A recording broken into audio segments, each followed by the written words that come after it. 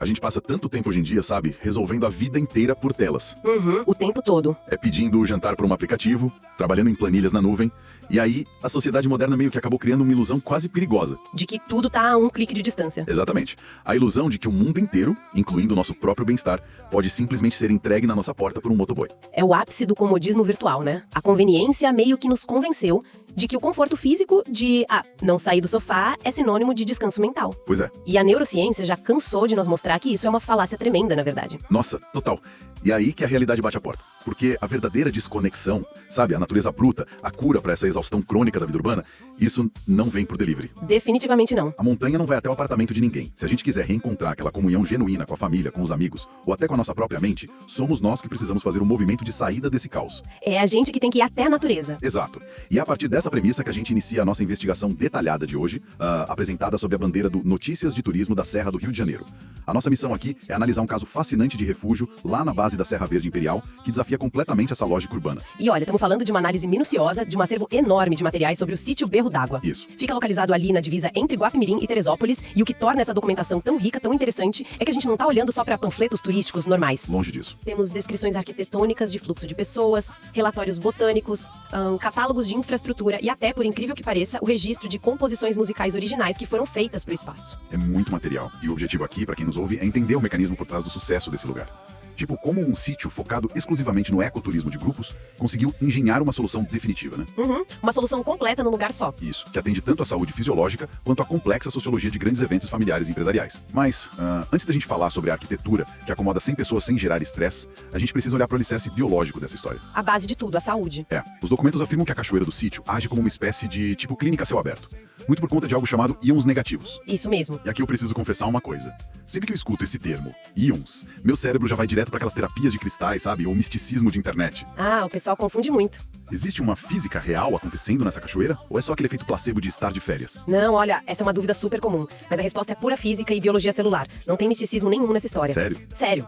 A vida nos grandes centros urbanos nos bombardeia com o que a ciência chama de íons positivos. Eles são subprodutos da poluição pesada dos carros, Certo. daqueles sistemas de ar-condicionado fechados e, claro, da radiação eletromagnética ininterrupta das antenas e dos celulares. E o nome positivo é até uma ironia cruel, né? Porque biologicamente eles são devastadores. Nossa. Eles geram fadiga, letargia, oxidação celular. O nosso corpo, na cidade, está essencialmente enferrujando num nível microscópico e de uma forma super acelerada. Ou seja, a cidade é basicamente um aplicativo rodando escondido no nosso celular, drenando a bateria em segundo plano o dia inteiro. Exatamente. Essa analogia é perfeita. Agora, vamos contrastar isso com o que a física nos diz sobre grandes quedas d'água naturais. Tá, vamos lá. Quando a água fria do córrego do sítio Berro d'Água despenca pelas rochas e sofre aquele impacto violento, acontece um fenômeno chamado efeito Lennard. Efeito Lennard. Isso.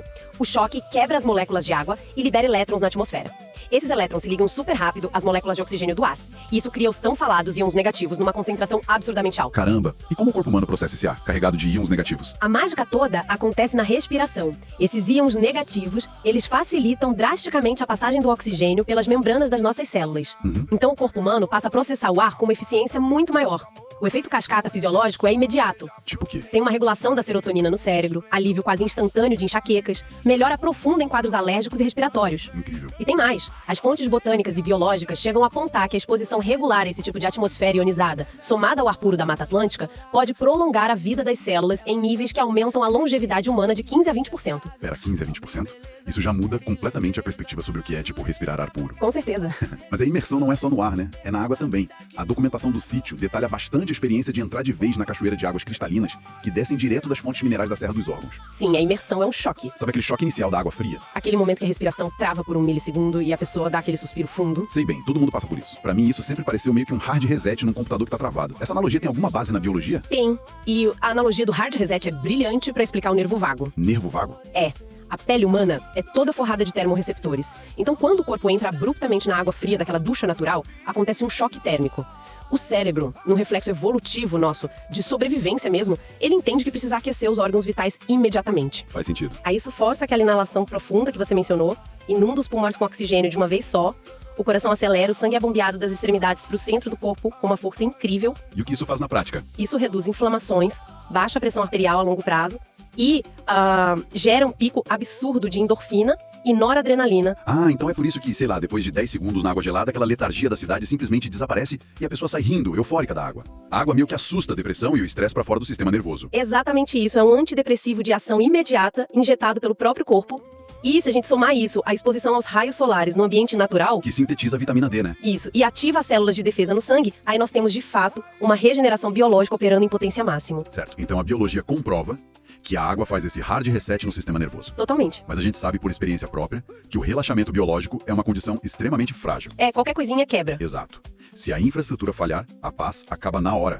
Se 100 pessoas tiverem que disputar um único banheiro, ou se tiver gente estranha com som alto do lado, esses íons negativos não vão servir de absolutamente nada. Não salvam ninguém, né? Como o espaço físico do berro d'água previne que a logística destrua a biologia. Essa é a grande transição da biologia para a arquitetura sociológica que as fontes nos mostram. A premissa central do sítio Berro d'Água é o modelo de família resort. Família Resort. Isso. E a regra de ouro deles, que é fundamental frisar, é não trabalhar com day use individual de maneira alguma. Ah, então você não pode só aparecer lá pra passar a tarde sozinho. Não, de jeito nenhum. O espaço todo, que tem dezenas de milhares de metros quadrados, é alugado com exclusividade absoluta para um único grupo por vez. O que tira de cena imediatamente o maior vilão do descanso, né? Os outros. Exato, mas de um ponto de vista da psicologia social, pensa só, quando um grupo de amigos, uma empresa, uma família enorme aluga um resort inteiro só para eles, o nosso cérebro límbico desarma. A gente relaxa a guarda. Sim, a ansiedade silenciosa de precisar policiar o próprio comportamento cai por terra. A pessoa não precisa se preocupar se a criança tá rindo muito alto no playground, não tem aquela disputa chata por espreguiçadeira na piscina. Não tem constrangimento nenhum. Nenhum.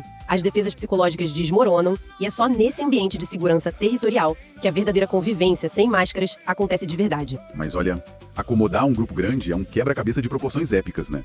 Os materiais mostram que o sítio tem uma capacidade ideal, que é rigorosamente dimensionada. É muito bem pensado. Eles recebem até 180 pessoas para passar o dia, num grande evento empresarial ou num casamento. E acomodam confortavelmente até 100 pessoas para pernoitar. 180 de dia, 100 pra dormir. Cara, 100 pessoas dormindo no mesmo lugar é o equivalente a administrar um pequeno bairro. O risco de atrito é gigante. Como é que a planta do local resolve as diferenças entre, tipo, os microgrupos dentro desse macrogrupo familiar? A solução está na segmentação inteligente da hospedagem e do lazer. A história estrutural do sítio revela muito sobre isso. Ele foi construído a partir de 1980 pela família Proença. Certo, os fundadores. Isso, e a Casa Grande foi incrustada sobre rochas graníticas antiquíssimas. Tem uma integração literal de solidez física com a natureza ali. Mas a grande virada logística ocorreu nas mãos do gestor atual, o Vinícius Proença. E os relatórios dizem que o background dele é bem diferente do esperado para um dono de sítio, né? Totalmente. Isso explica muita coisa. Ele tem formação em design pela Universidade Federal do Rio de Janeiro. Pela UFRJ. Isso, e é especialista em gerência de projetos pela Fundação Getúlio Vargas, pela FGV. Nossa, o que significa que ele pegou e aplicou ciência corporativa e, tipo, mapeamento de usuário para desenhar o fluxo de um espaço de ecoturismo. Isso é fascinante. Em vez de simplesmente erguer uns quartos aleatórios, ele projetou a experiência de uso das pessoas. Exatamente essa a sacada. A FGV ensina muito sobre mitigação de riscos e gestão de stakeholders, que nesse caso prático, são as diferentes gerações de uma família. Verdade. Como organizar o solo de 100 pessoas com idades diferentes. Pois é. A infraestrutura divide os leitos de uma forma muito estratégica. Tem 3 quartos familiares dentro da Casa Grande, incluindo uma suíte mais privativa, e tem 2 grandes alojamentos coletivos externos. Ah, entendi. Então, isso permite que os idosos ou casais com bebês pequenos fiquem mais isolados no silêncio da casa principal. Enquanto isso, os adolescentes e os jovens podem se espalhar pelos alojamentos sem aquele rigor de horário de dormir. Então a arquitetura simplesmente evita o conflito de gerações. Elimina o problema antes dele acontecer. E tem uma ironia maravilhosa nessa infraestrutura que eu achei nos relatórios. O discurso central do ecoturismo é sempre fuja da vida virtual, desligue as telas, vá olhar pra montanha. O famoso detox. Isso. Só que o local é equipado com internet gratuita de fibra ótica de 100 megas. Num primeiro momento, soa como um contrassenso, né? Parece estranho. Mas pensando bem, forçar um detox digital assim radical num grupo de 100 adultos modernos pode causar muito mais pânico do que relaxamento. Com certeza. A psicologia moderna chama isso de ansiedade de desconexão. Se um gestor de empresa ou até um pai de família for pra serra e souber que o celular dele não tem sinal nenhum pra uma emergência, o cérebro dele não desliga. Fica lá rodando em segundo plano. Exato. Ele passa o final de semana inteiro tenso. Então, ao oferecer uma internet de altíssima velocidade no meio da Mata Virgem, o sítio Berro d'Água oferece, na verdade, uma rede de segurança psicológica. Ah, entendi. Sabendo que a conexão tá ali, a pessoa relaxa. Isso. Ela sabe que se precisar, tá ali. Ou até pra postar um momento incrível da festa em tempo real. Tendo essa garantia, a pessoa se permite esquecer o celular. A conveniência da tecnologia atua como fiadora da paz mental. Faz todo sentido. Bom, sabendo que a logística de sono e essa parte de comunicação estão resolvidas, a gente precisa olhar para o que essas 180 pessoas vão fazer durante o dia. É muito tempo pra preencher. Porque ninguém aluga um paraíso na serra com uma infraestrutura dessas para ficar olhando para as paredes, né? E é aqui que a gente entra no coração da propriedade, a água. O elemento principal. Aliás, é poético que o local não tem o nome de uma montanha, nem de uma árvore, mas de um som. berro d'água. É um nome muito forte. E de qualquer parte do terreno você ouve o som constante do rio principal da propriedade. E aí eu te pergunto qual é o impacto neurológico de passar dias inteiros, ou como os materiais citam, até mesmo um retiro religioso imerso nessa trilha sonora natural. Olha, o impacto primário é o bloqueio do ruído interno. O som contínuo do córrego do sítio Berro d'Água funciona como o padrão ouro do ruído branco na natureza. Ruído branco. Pros nossos ancestrais, o som de água corrente era o som da sobrevivência garantida. Ah, porque significava água potável, né? Água, ausência de predadores escondidos na água parada, fertilidade no solo. Nosso DNA é literalmente programado para baixar a guarda ao ouvir esse som. Interessante. E num contexto de um retiro espiritual e religioso, que é um dos grandes focos de uso lá do sítio, essa trilha sonora natural isola as distrações externas, o cérebro para de procurar ameaças ao redor e consegue focar profundamente na oração, na meditação ou numa reflexão existencial. E a água lá não é apenas contemplativa, né? O complexo hídrico que está integrado na propriedade é super robusto. Muito completo. Além do próprio córrego, o material aponta uma piscina natural de águas calmas e cristalinas. Parece que foi criada por uma represa no próprio rio. E tem a cachoeira particular que possui 3 quedas menores e uma ducha de hidromassagem natural. A ducha é famosa nos registros. E os documentos mencionam frequentemente cerimônias de batismo nas águas. Tem uma diferença monumental entre você fazer um batismo, sei lá, numa piscina de azulejos no meio de uma igreja na cidade e fazer esse mesmo batismo nessas águas vivas, não acha? Nossa diferença é a carga sensorial e todo o simbolismo. Entrar numa corrente de água mineral fria, pisando em rochas milenares com aquele dossel da floresta em cima de você, A pessoa não esquece nunca mais. cria uma memória corporal impossível de ser replicada num ambiente urbano que é estéril, né? Adiciona uma dimensão de retorno às origens, que transforma a cerimônia religiosa, que poderia ser só um ato protocolar, numa experiência transcendente de verdade. Total. E além das águas, o ecossistema de lazer abriga o restante do grupo que, sei lá, talvez prefira terra firme. A planta do local mostra um campo de futebol todo gramado, uma piscina tradicional tratada bem próxima à área gourmet. Tem opções pra todo mundo. Sim, tem uma varanda panorâmica com jogos tipo sinuca e totó, além de um playground de madeira totalmente imerso na natureza e trilhas internas. O design lá da UFRJ volta a brilhar aqui, né? Com certeza, o fluxo é muito natural. As crianças ficam lá brincando, os tios vão jogar bola, os avós ficam ali na varanda panorâmica conversando, o grupo todo se separa em microtibos, mas todo mundo continua no mesmo ambiente visual. É o que a gente chama de fluidez de espaço. Você não confina a energia de um grupo de 180 pessoas. Você dá a essa energia canais naturais para ela escoar. E o documento ainda cita a proximidade com pontos turísticos gratuitos que são gigantes ali na região, como a Cachoeira do Escorrega e o Poço Verde. Eles funcionam quase como extensões gratuitas desse grande polo de ecoturismo, né? Sim, são atrativos extras que agregam muito valor. E isso nos leva a um ponto inevitável dessa análise toda. Se o ambiente natural dissolve as defesas sociais, baixa a pressão arterial e consegue espalhar os convidados de forma tão inteligente, isso muda completamente a nossa proposta de como a gente deveria celebrar os grandes marcos da vida. Ah, sem dúvida. Festejar num salão urbano fechado costuma ser um exercício meio cruel de cronograma militar, né? Cruel e extremamente engessado. Os eventos em salões de festa nas cidades lidam com a escassez crônica de tempo. Você contrata o espaço ali por 4 ou no máximo 5 horas. Passou disso, paga multa. Exato. Tudo precisa acontecer sob a ditadura do relógio. É um estresse brutal. Os noivos num casamento ou o aniversariante de 15 anos, eles chegam no salão, aí correm pra fazer as fotos protocolares, cumprem o jantar às pressas, o brinde é todo coreografado, toca música e, nossa, quando finalmente a pessoa tira o sapato pra relaxar um pouco, Acendem as luzes. isso, acendem as luzes porque o próximo cliente já tá na porta esperando pra montar outra festa. Acaba transformando uma celebração, que deveria ser alegre, numa obrigação performática. A ansiedade toma conta de quem deveria estar feliz e celebrando. É triste, mas é verdade. Então, a proposta do sítio Berro d'Água inverte essa lógica através da abundância de tempo e de espaço. Quando se transfere um casamento, um aniversário de debutante ou uma grande festa de final de ano de uma empresa para a serra, o evento muda totalmente de formato. As festas diurnas no sítio têm impressionantes 10 horas de duração. 10 horas de festa, dá pra viver aquilo de verdade. Uhum. E ainda tem a possibilidade do pernoite, que transforma uma correria de algumas horas num festival de um final de semana inteiro, né? As pessoas dormem no local, acordam juntas, tomam um café da manhã coletivo. Muda o clima totalmente. O casamento não é só a troca de alianças rápida, é o churrasco no dia seguinte com a família toda, é a roda de viola à noite, é a construção de uma comunhão real, uma comunidade temporária. E os espaços de infraestrutura do sítio acompanham o tamanho dessa ambição.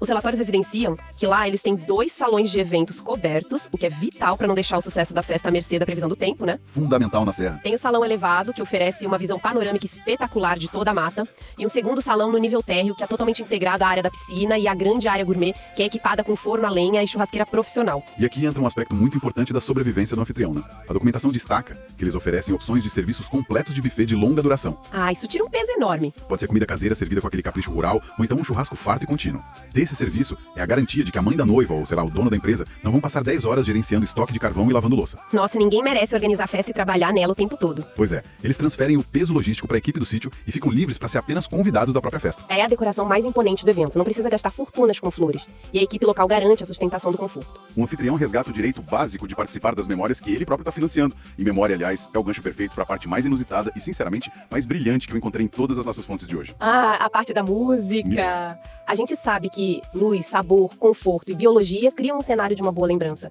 mas a memória humana possui âncoras que são muito mais profundas, e a principal delas é a audição.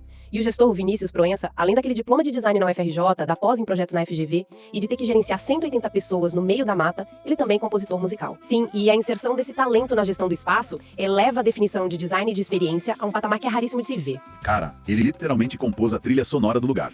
E olha, a gente não tá falando de um jinglezinho institucional curtinho pra rodar em comercial de rádio. Não, é uma produção séria. Os catálogos mostram que ele compôs e produziu dezenas de músicas originais de diversos gêneros, todas dedicadas ao sítio Berro d'Água. Se você tá lá com a família no final de semana mais descontraído, tem um axé original sobre o sítio pra tocar. É muito específico. Se é uma festa mais jovem e vibrante, eles têm um rap indígena próprio do sítio.